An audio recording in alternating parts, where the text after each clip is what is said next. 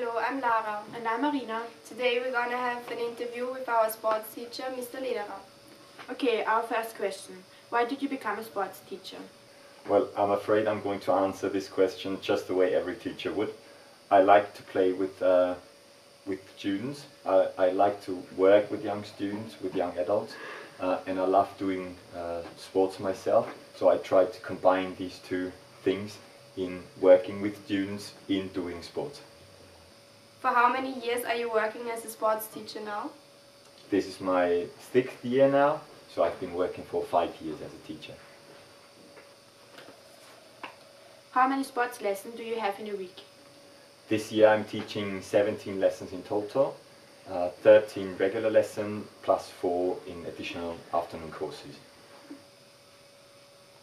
And how many classes do you have? That's five regular classes plus 2 additional courses.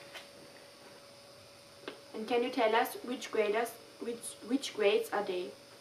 My classes are 2nd, 3rd, 4th, 6th and 8th grade. Which kind of sports do you practice in your lessons?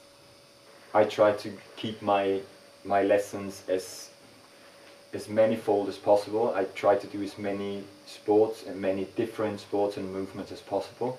That starts from traditional sports such as athletics, ball games and gymnastics, and ends with new games such as free running, ultimate frisbee, alternative things like juggling. So I try to give my students a huge variety.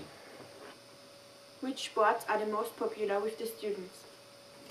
Well, it's very difficult to answer because it depends on the classes, of course, depends on the students. But I think that the younger ones are into everything that you offer them. They can be motivated for like almost everything. But ball games are always very popular with the boys, especially football, of course. Do you teach any theory during your sports lessons?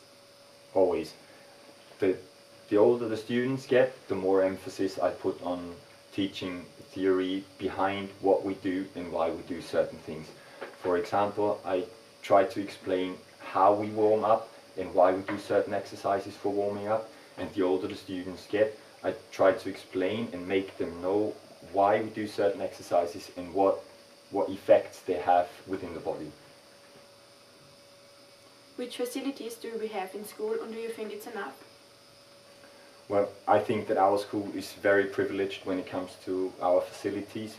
We have 5 very well equipped gyms. We have a large outside area for track and fields and for all sorts of athletic activities. And we are very close by the indoor pool for our swimming lessons. So our facilities are fantastic and they're definitely enough, yeah. According to recent discussions, the government wants a daily sport lesson. What do you think about that? Well, I support this idea, of course. It's a fantastic idea. I'm only very skeptic if this idea can be made reality, because one more lesson for the student means you have to take this one lesson off the other subject, and I'm very skeptic if this is a thing that can be put into a political reality. But I support the idea.